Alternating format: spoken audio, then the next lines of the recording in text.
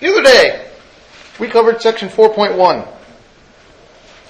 And we had a long list of rules for exponents. There were all of our rules. Let's review these quickly. The first rule was the basic one that we knew. If we have something to a power, it means multiply by itself over and over again. And then we did some examples, and we saw the second rule made sense, that if the bases are the same and we're multiplying, we add our exponents together. And then in a similar way, we saw that if we're dividing, it made sense that we should subtract our exponents. And then once we had that division rule, that led to a couple new rules. Led to rule number 4, where b to the 0 should be the number 1, except when b is not 0. And negative exponents made fractions. Or, number 6, conversely, if you have a negative exponent, and the negative exponent is already in the bottom, then what happens to that negative exponent? It goes to the top. And then finally, we had a couple distributive properties. If you have two things multiplied together and you have a power, you distribute the power goes to both of them. Same distributive property works for division. If you have division, a fraction all raised to a power, you distribute, the power goes to both of them. And the last rule we had is if you have a power followed by another power, then you multiply the powers. So those were all of our rules. Section 4.2, we have one more rule. So, find a clean piece of paper here.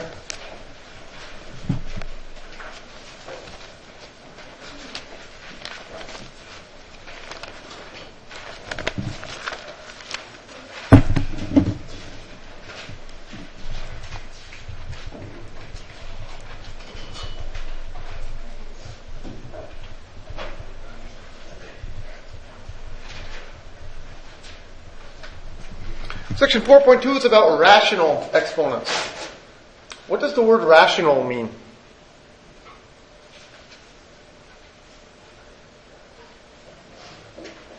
Rational looks like ratio, R-A-T-I-O. What does ratio mean? What's a ratio?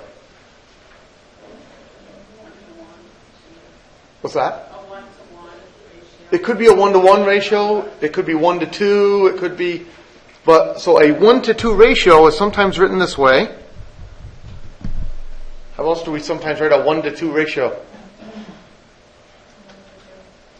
Sometimes written as a fraction, 1/2. So what's a ratio? A ratio can be written as a fraction.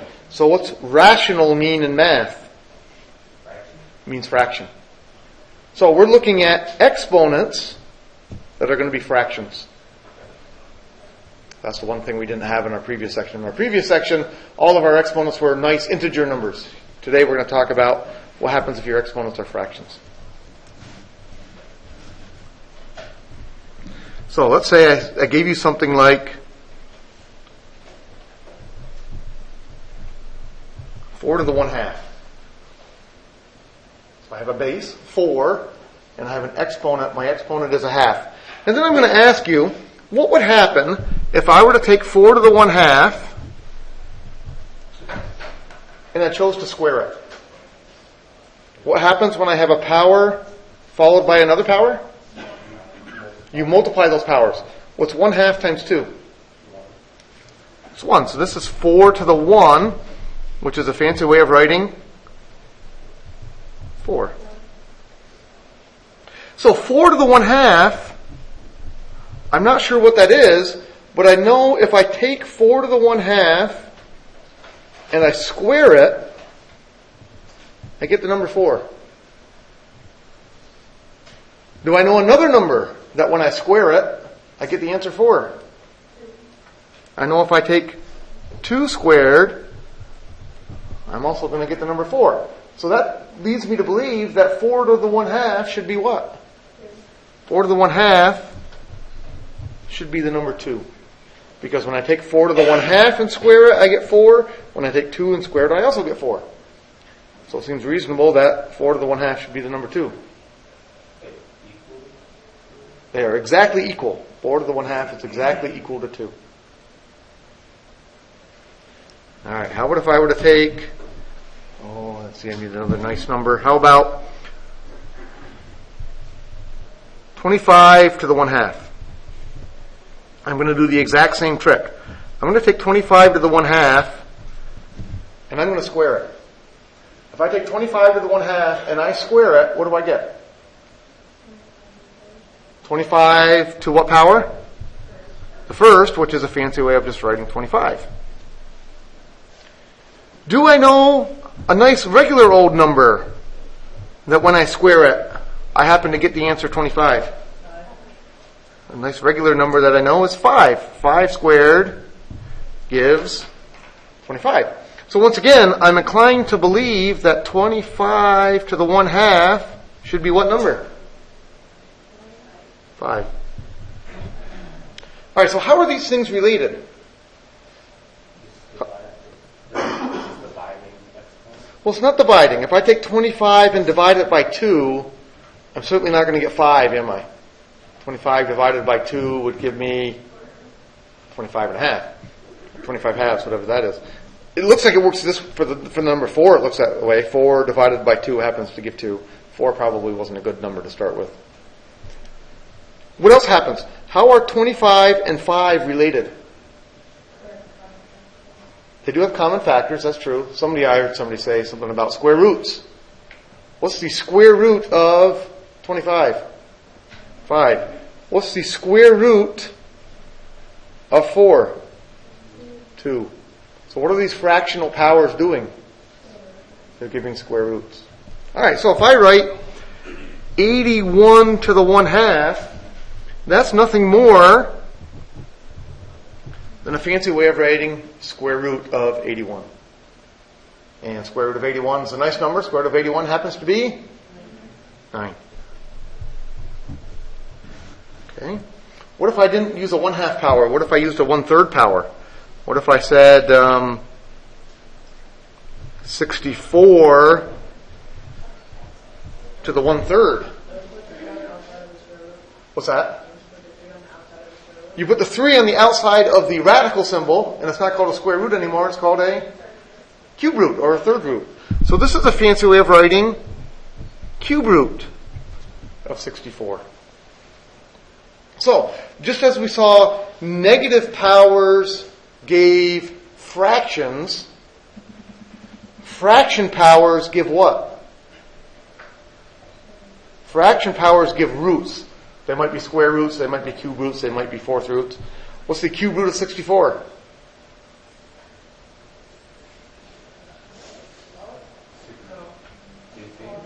4 happens to be 4.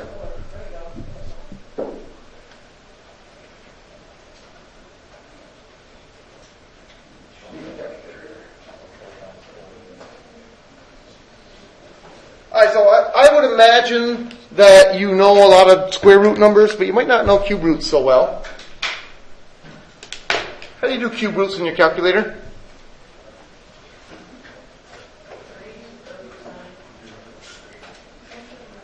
Alright, there's 2 ways to do it. You can go under math, and there happens to be a cube root symbol right there. So I could go cube root 64. And again, my calculator has the newer operating system. With the newer operating system, it draws the little cube root sign, like so. If you have an older calculator, it doesn't. It puts a little cube root and then puts a parenthesis. Same thing happens. Cube root of 64 is 4. The other thing I could do is I could write 64 raised to the 1/3. And again, if you have the older operating system, you're going to need to put that 1/3 in parentheses. On the newer operating system, it moves the whole thing up as an exponent and it works out. That would be 4 still. You don't divide. Yeah, well, let me switch to the old operating system to show you the difference. On the old operating system, I go 64, then I put a caret, then I would have to put a parenthesis, 1 divided by 3. So you use the division symbol, just use the division button on your calculator to get the fraction. So under the old operating system, it would look like that. All right, how about if I give you a fourth root or a fifth root? What if I asked you for the fourth root of 81? How would you do fourth root on your calculator? You go to math, and it's number 5. That's true. But if you want to do fourth root, what you need to do first is you actually need to type in the 4 first. So to do fourth root, you type the number 4, then you go math, then you go down to that one. And what that does, notice it puts a little X up here. What it's going to do is it's going to take the number 4 and plug it in for that X up there. And then you would type 81. Fourth root of 81 happens to be a nice number. It's 3. Your other option would be fourth root of 81. How could I write fourth root of 81 as a power? 81 to the 1/4. So I could take my calculator and I could go 81 raised to the 1/4. And again, with the old operating system, you've got to put that 1/4 in parentheses. My calculator will give me the same answer, 3. Questions on that?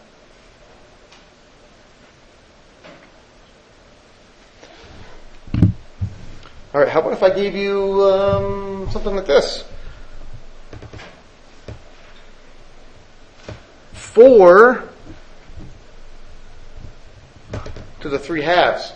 What if I gave you a fractional power, but I didn't just give you a 1 on top? What if I gave you a 3 on top?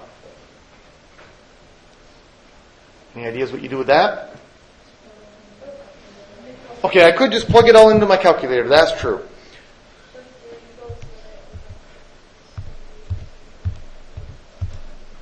Calculator tells me 4 to the 3/2 happens to be the number 8.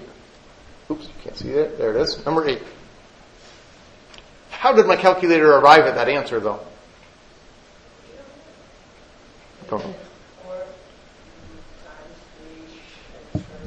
Close. All right, I'm going to rewrite this. I'm going to rewrite this as 4 to the 1/2 cubed. Why are those the same thing? What happens when you have a power followed by another power? What do you do with the powers? Multiply them. What's 1/2 times 3? 3/2. So that's the same thing. So this 4 to the 1/2, what's the 1/2 power do? That's a square root. So that's the square root of 4, and then I have to cube it. So notice what happened. This number on bottom became the root. And what happened to the number on top? The number on top is the exponent. Square root of 4 is 2. 2 cubed happens to be 8. So the good news is the calculator gave us the right answer. The right answer should be 8. All right, so one more of those. How about, I need a good number. 8 to the 5/3. So this time you notice that your fraction has a 3 on bottom. If you have a 3 on bottom, what root is that? Cube root. So this is going to be the cube root of 8. And then whatever answer that is, I need to do a 5th power. What's the cube root of 8? 2, because 2 times 2 times 2 gives me 8. So this is 2 to the 5th. 2 to the 5th happens to be 32, I think.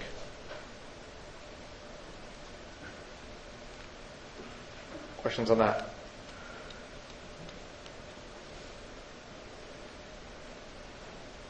I have a question. Do you have to put in parentheses? Because you're writing it like that. Do you have to write? No, I suppose not. I suppose cube root of 8 to the 5th would be okay. Okay, I just wasn't a habit that I have of putting them in parentheses. But I don't think you need it. I think it would be all right. Well, your calculators, if I were doing this problem, I probably would have just left it as a fraction. I probably would have just done 8 to the 5/3. If I'm using my calculator, I probably don't change things to roots. I leave them just as powers. I think it's easier to type it in. 32.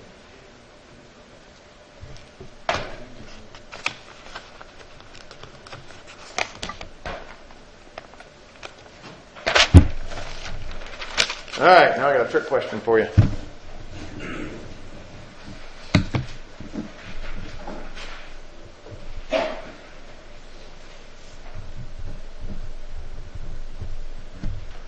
What's negative 9 to the 1/2?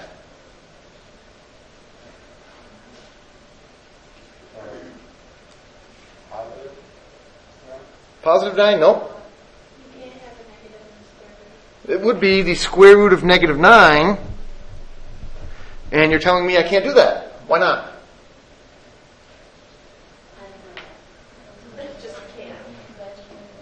can't. You do end up with something called imaginary numbers. That's correct. We will talk about imaginary numbers later in this class.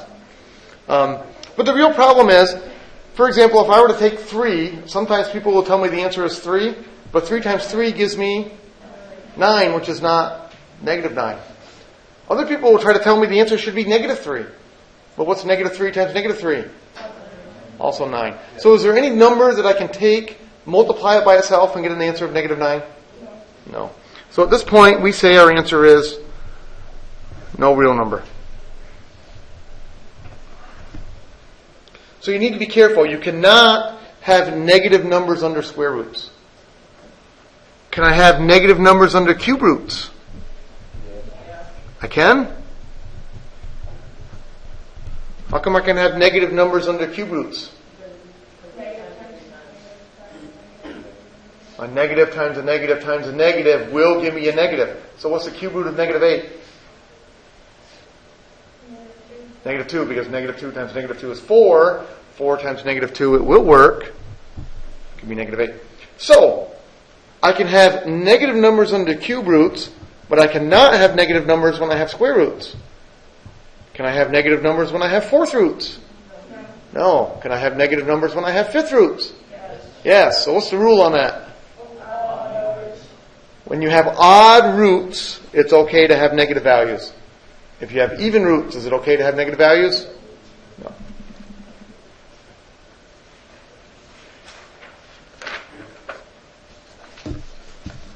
Alright, so I'm going to skip down here